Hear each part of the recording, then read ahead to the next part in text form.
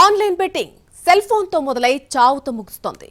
పట్టణాల నుంచి మొదలైన ఈ విష జాడ్యం గేమింగ్ పేరుతో పల్లెలను చుట్టేస్తోంది. నిమిషాల వ్యవధిలో కోటీశ్వర్లం కావాలన్న పేరాస వ్యక్తులు కుటుంబాల పతనాన్ని శాసిస్తోంది. లక్షల్లో అప్పుల పాలై వాటిని తీర్చే దారి లేక కొందరు తమ కుటుంబాలకు మరణ శాసనాన్ని రాస్తున్నారు. మరికొందరు హత్యలు చోరీలకు పాల్పడి సెల్లో ఊచల్లెక్కిస్తున్నారు. బెట్టింగ్ భూతం మరణ శాసనం, కుటుంబాలపై యమపాశం. సరదాగా మొదలై బానిసగా మారుతున్న యువత, అప్పులు చేసి మరీ బెట్టింగ్, తెలుసుకునేలోపు ఇల్లు గుల్ల. తెలుగు రాష్ట్రాల్లో వేలల్లో బెట్టింగ్ మరణాలు. ఒక్క క్లిక్ మీ జీవితాన్ని మార్చేస్తుంది. బెట్టింగ్ చేయండి, మీ బంగారు కలల్ని సాకారం చేసుకోండి. ఇవి ఏ సెల్, కంప్యూటర్, ల్యాప్టాప్ ఓపెన్ చేసినా కనిపించే ప్రకటనలు. వీటిని నమ్మి రోజు వేలాది మంది సరదాగా బెట్టింగ్ ప్రారంభిస్తున్నారు. ఆరంభంలో లాభాలను చూపిస్తూ ఉండడంతో కాయ్ రాజా కాయ్ అంటూ డబ్బులతో రంగంలోకి దిగుతున్నారు. అవి కూడా పోయేసరికి పోయిన డబ్బులు గెలుచుకోవాలనే కసితో అందిన కాడల్లా అప్పు చేసి మరీ బెట్టింగ్లు కాస్తున్నారు. వాటిని కూడా బెట్టింగ్ మాయాజాలంలో కోల్పోయి ఏం చేయాలో తెలియక కుటుంబానికి, బంధువులకు ముఖం చూపెట్టలేక కుంగిపోతున్నారు. ఈ క్రమంలో కొందరు తాము సూసైడ్ చేసుకుంటుంటే మరికొందరు కుటుంబాన్ని కడతేర్చి తాము ప్రాణాలు తీసుకుంటున్నారు. ఇది బెట్టింగ్ మాఫియా రాస్తున్న మరణ శాసనం. ప్రస్తుత సాంకేతిక యుగంలో మనిషి జీవితాన్ని స్మార్ట్ ఫోన్కు ముందు తర్వాత అని చెప్పుకోవాలి.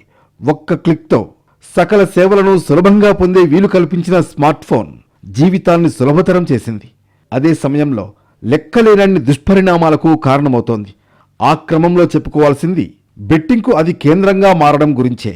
వందలాది బెట్టింగ్ యాప్ల ద్వారా జూదం ఆడుతూ అనేక మంది లక్షలు నష్టపోతున్నారు. తెచ్చినప్పుడు తీర్చే మార్గం లేక తెలుగు రాష్ట్రాల్లో అనేక మంది ఆత్మహత్యలు చేసుకుంటున్నారు. ఒక్క తెలంగాణలోనే గడిచిన ఏడాదిన్నరలో 24 మంది ఇలా ఆత్మహత్య చేసుకోవడం పరిస్థితి తీవ్రతకు అద్దం పడుతోంది. బెట్టింగ్ ఆడేందుకు ఆన్లైన్లో అనేక యాప్లు అందుబాటులో ఉన్నాయి. ఇందులో అనేక రకాల ఆటలుంటాయి. ఈ ఆటలు కూడా వివిధ రూపాల్లో సాగుతాయి. ఇచ్చే డబ్బు కూడా 1000 పెడితే 1500, 2000 ఇలా ఉంటుంది. ఒకటికి 10 ఇస్తామనే యాప్లు కూడా ఉన్నాయి. కష్టపడకుండానే సంపాదించవచ్చని, పెట్టిన డబ్బు కంటే ఎక్కువ డబ్బు వస్తుందని అనేక మంది వీటికి ఆకర్షితులవుతున్నారు. ఒకసారి ఎక్కువ డబ్బు రాగానే మళ్లీ పెడుతున్నారు. నిజానికి ఆన్లైన్ బెట్టింగ్లలో వచ్చే డబ్బు కంటే నష్టపోయే డబ్బే ఎక్కువ. ఉన్న డబ్బంతా కోల్పోగానే మీకు లోన్ ఇస్తామంటూ మరికొన్ని లోన్ యాప్స్ ఊరిస్తున్నాయి. వాటి నుంచి లోన్ తీసుకుని ఆడితే వారు చెప్పిన టైంలోగా తీరిస్తే పర్వాలేదు, లేదంటే అసలు వడ్డీ కలిపి 3 అవుతుంది. ఆ తర్వాత డబ్బుల కోసం వారి సన్నిహితులను కాంటాక్ట్ చేసి మీ గురించి విష ప్రచారంతో చిత్రవధ చేస్తారు. దీనికంటే చావే నయమనుకునే స్థితికి తీసుకెళ్తున్నారు. ఆన్లైన్ బెట్టింగ్లకు అలవాటు పడి బలవన్మరణాలకు పాల్పడిన ఉదంతాలు తెలుగు రాష్ట్రాల్లో కోకొల్లలు. హైదరాబాద్ రహమత్ నగర్కు చెందిన రమేష్ టీఎస్ఎస్ ఏపీలో కానిస్టేబుల్. అతనికి 5 ఏళ్ల క్రితం మల్లేశ్వరితో వివాహమైంది.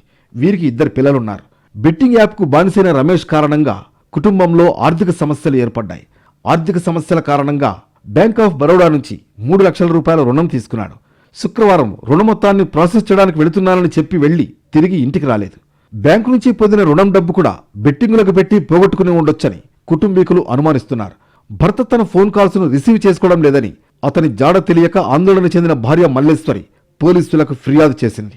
మరోవైపు మెదక్ జిల్లాలో పలువురు పోలీసులు సైతం ఈ యాప్ మాయాజాలంలో పడి ప్రాణాలు పోగొట్టుకున్నారు. తెలంగాణలోని మంచిర్యాలకు చెందిన ఓ సాఫ్ట్వేర్ ఇంజనీర్ ఆన్లైన్ గేమ్లకు అలవాటు పడి అప్పుల మీద అప్పులు కావడంతో తీర్చే మార్గం లేక భార్యాబిడ్డల్ని చంపేసి తాను ఆత్మహత్యకు పాల్పడ్డాడు. ఆంధ్రప్రదేశ్ నంద్యాల జిల్లాకు చెందిన రైతు దంపతులు పురుగుల మందు తాగి ఆత్మహత్యకు పాల్పడ్డారు. వీరు బలవన్మరణానికి పాల్పడింది సాగులో నష్టం వచ్చి కాదు. బెంగళూరులో ఉంటున్న కొడుకు ఆన్లైన్ బెట్టింగ్ బానిసగా మారాడు. కోట్లల్లో అప్పులు చేసి ఆన్లైన్ జూదాలు ఆడి మొత్తం పోగొట్టుకున్నాడు. ఇల్లు, 10 ఎకరాల భూమి, పొలం అన్నీ అమ్మేసినా కొడుకు అప్పులు తీరకపోవడంతో ఆ దంపతులు ఆత్మహత్య చేసుకున్నారు. బెట్టింగ్లకు అలవాటు పడిన వారు డబ్బు కోసం గొలుసు, సెల్ ఫోన్ దొంగలుగా కూడా మారుతున్నారు. మరికొందరు గంజాయి పెడ్లర్స్గా మారుతున్నారు. లోన్ యాప్ల రుణాలు చెల్లించాల్సిన వారి పరిస్థితి కూడా ఇదే. అలా బెట్టింగ్ వారిని నేరాల బాట వైపు సైతం నడిపిస్తోంది. కొందరు పనిచేసే కంపెనీల డబ్బును సొంతానికి వాడుకుంటున్నారు. వరంగల్ జిల్లా నర్సంపేట పట్టణంలోని ఓ ప్రైవేట్ బ్యాంక్ డిప్యూటీ మేనేజర్ పనిచేస్తున్న బ్యాంకును బురిడీ కొట్టించి ఏకంగా 8.5 కోట్ల రూపాయలు కొల్లగొట్టాడు. వాటిని బెట్టింగ్లో పెట్టి నష్టపోయినట్లు తెలుస్తోంది.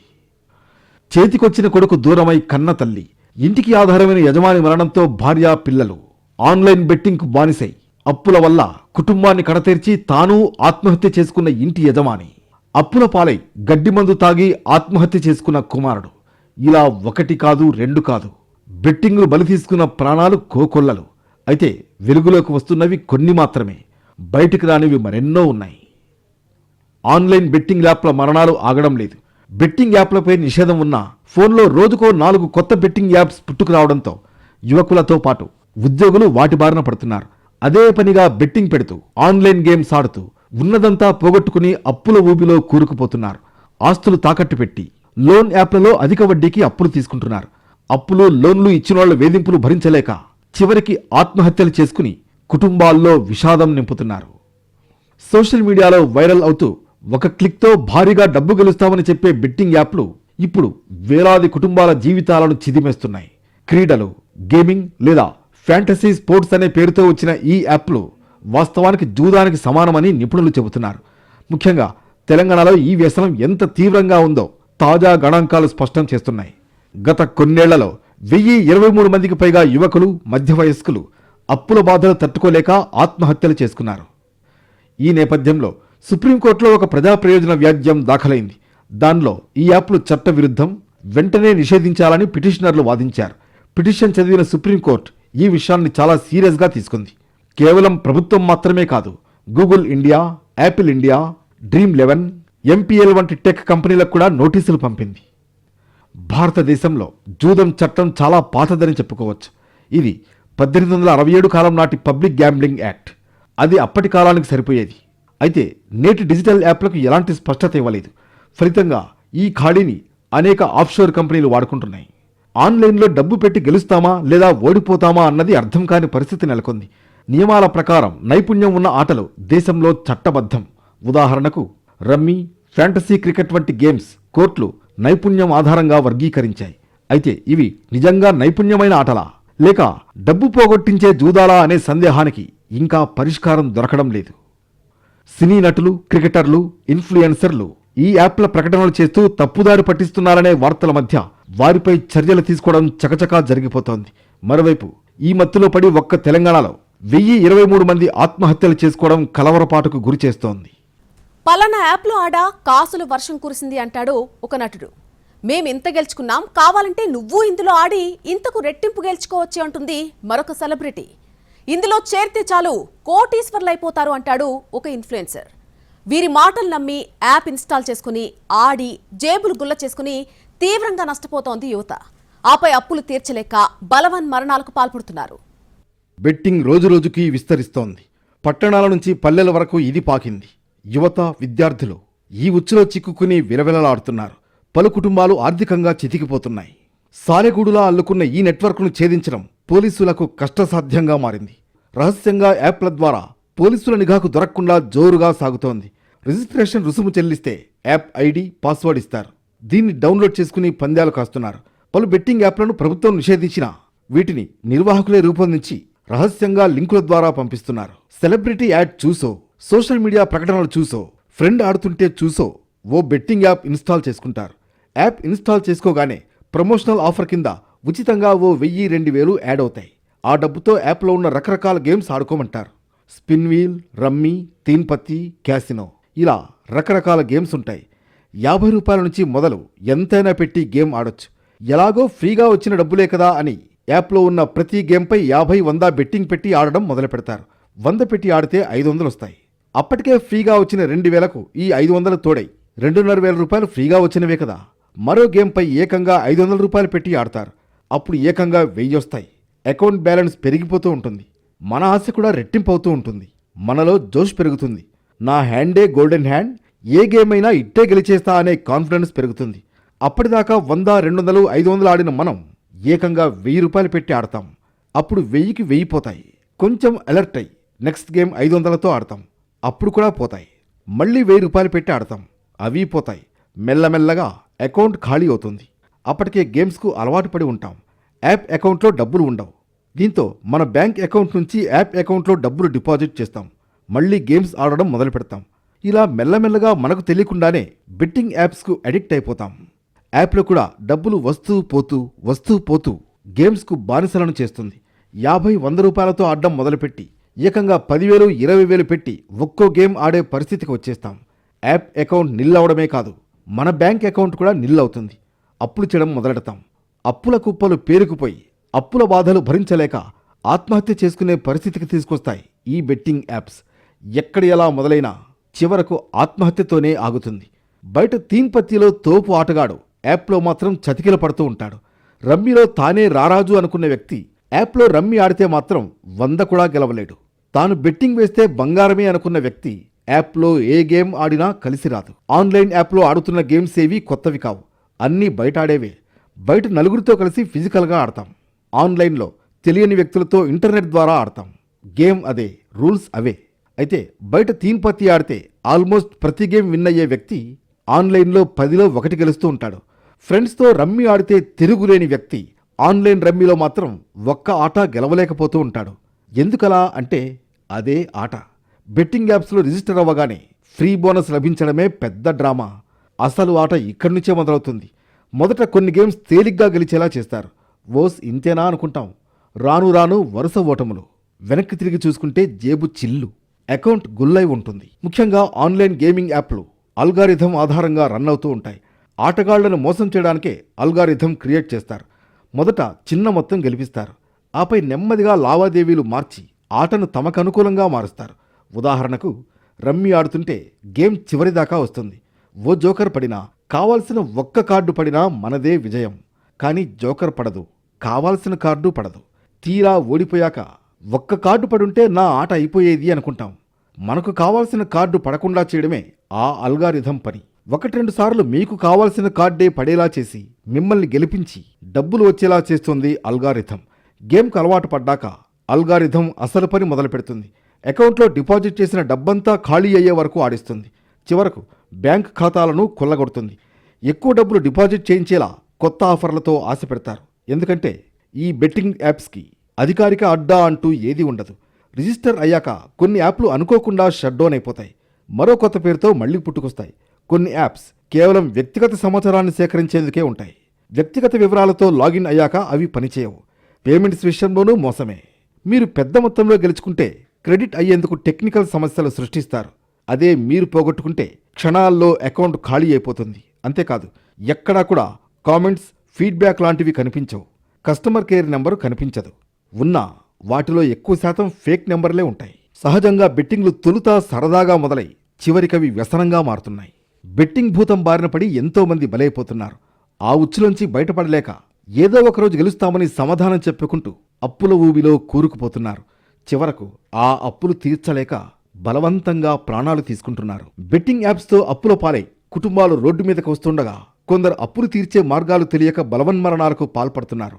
డబ్బులకు ఆశపడి ముఖ్యంగా యువత ఆ యాప్స్లో డబ్బులు పెడుతున్నారు. మొదట్లో కొంత మొత్తం ఆయా యాప్స్ నుంచి వస్తుండడంతో అందుకు ఆశపడి అదే పనిగా పెద్ద మొత్తంలో డబ్బులు పెట్టి నష్టాల పాలవుతున్నారు. చివరికి అప్పులు తీర్చలేక ఆత్మహత్యలు చేసుకుంటున్నారు. పట్టణాలు, పల్లెల్లో యథేచ్ఛగా బెట్టింగులు పెరిగిపోయాయి. చిరు వ్యాపారాలు చేసేవారు, చిన్న చిన్న ఉద్యోగస్తులు కూడా బెట్టింగ్ యాప్స్కు అడిక్ట్ అవుతున్నారు. పెట్టిన సొమ్ముకు రెట్టింపు వస్తుందనే ఆశలకు అప్పులు చేసి మరీ డబ్బులు పెడుతున్నారు. రెట్టింపు వస్తుందనే ఆశతో బెట్టింగ్ యాప్లు ఎంతోమంది యువత ఉసురు తీస్తున్నాయి. ఎన్నో కుటుంబాలను చిన్నాభిన్నం చేస్తున్నాయి. డబ్బులు ఊరికే రావు. ఎవరైనా ఊరికే ఇస్తున్నారంటే అందులో పెద్ద మోసం ఉన్నట్టే. అది అర్థం చేసుకోకుండా నేనొక్కడే పోటుగాడిని అనుకుని దిగితే అంతే సంగతులు. బెట్టింగ్ ఊబిలో దిగి మినిగిపోయినట్టే అంటున్నారు నిపుణులు.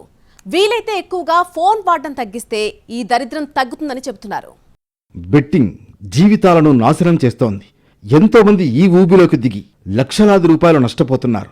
10వ తరగతి చదువుతున్న విద్యార్థి నుంచి సాఫ్ట్వేర్ ఉద్యోగి వరకు అన్ని వర్గాలు, వయసులకు చెందిన వారు ఈ బెట్టింగ్కు అలవాటు పడుతున్నారు. బెట్టింగ్ యాప్స్ ఇవి అత్యంత ప్రమాదకరమైనవి. ప్రస్తుతం మార్కెట్లో 20కు పైగా బెట్టింగ్ యాప్స్ ప్రచారంలో ఉన్నాయి. వివిధ రకాల ఆఫర్లు, బోనస్ల పేరిట యువతను ఈ యాప్స్ ఆకట్టుకుంటున్నాయి. ఒకసారి ఈ యాప్స్ను వినియోగిస్తే బయటకు రావడం అంత తేలిక కాదు. వివిధ రకాల పేమెంట్ యాప్స్ నుంచి నేరుగా ఆయా అకౌంట్లలోకి డబ్బులు జమ చేసి క్షణాల్లో బెట్టింగ్ వేసుకునే వెసులుబాటు ఉండడంతో ఎంతోమంది విద్యార్థులు, ఉద్యోగులు లక్షల్లో నష్టపోయి ప్రాణాలను తీసుకుంటున్నారు. బెట్టింగ్ వల్ల నష్టపోయిన వాళ్లే తప్ప లాభపడిన వాళ్లు ఒక్కరు కూడా కనిపించారు. మీ రాష్ట్రంలో నిషేధం ఉన్నా మీరు ఈ యాప్ వాడొచ్చు. కానీ మీరు ఫేక్ జీపీఎస్ యాప్ ఇన్స్టాల్ చేసుకుని లొకేషన్ మార్చుకోవాలి అని సూచిస్తారు మనీ గేమింగ్ యాప్ నిర్వాహకులు. లేకపోతే వర్చువల్ ప్రైవేట్ నెట్వర్క్ ప్రీమియం సేవలను వాడాలని, అందుకు 500 ఖర్చవుతుందని సలహా ఇస్తారు. ఈ చర్యలతో బెట్టింగ్ యాప్లకు అనుమతి ఉన్న రాష్ట్రాలతో పాటు విదేశాల లొకేషన్లు ఎంచుకునే అవకాశం ఉంటుందని, దాన్ని గుర్తించడం సాధ్యం కాదంటున్నారు పోలీసులు. కొందరు సెల్ ఫోన్ ఆపరేటర్లు కూడా బెట్టింగ్ యాప్ నిర్వాహకులకు పరోక్షంగా సహకరిస్తున్నారని అనుమానిస్తున్నారు పోలీసులు. బెట్టింగ్ యాప్ ఉన్నవారు వైఫైతో ఇంటర్నెట్కు కనెక్ట్ అయితే ఫేక్ జీపీఎస్ యాప్లు పనిచేయవు. ఎగ్జాక్ట్ లొకేషన్ మాత్రమే కనిపిస్తుంది. అందుకే బెట్టింగ్ చేసేవారు మొబైల్ డేటా వాడతారు. నిజానికి సెల్ ఫోన్ ఆపరేటర్లు ఫేక్ జీపీఎస్, విపిఎన్లను కట్టడి చేయొచ్చు. కానీ బెట్టింగ్ ఆడేవారు గంటల కొద్దీ డేటా వాడడంతో ఆపరేటర్లకు కూడా కోట్లలో ఆదాయం వస్తోంది. బెట్టింగ్ యాప్స్ ప్రమోషన్స్ చేస్తూ ఎంతో మంది వ్యక్తులను ఈ ఊబిలోకి దించుతున్న కొందరు సొంతంగా బెట్టింగ్ యాప్ నిర్వహించే స్థాయికి చేరుకున్నారు. సొంతంగా ఓ యాప్ డెవలప్ చేసి దాన్ని విపరీతంగా ప్రమోట్ చేస్తున్నారు.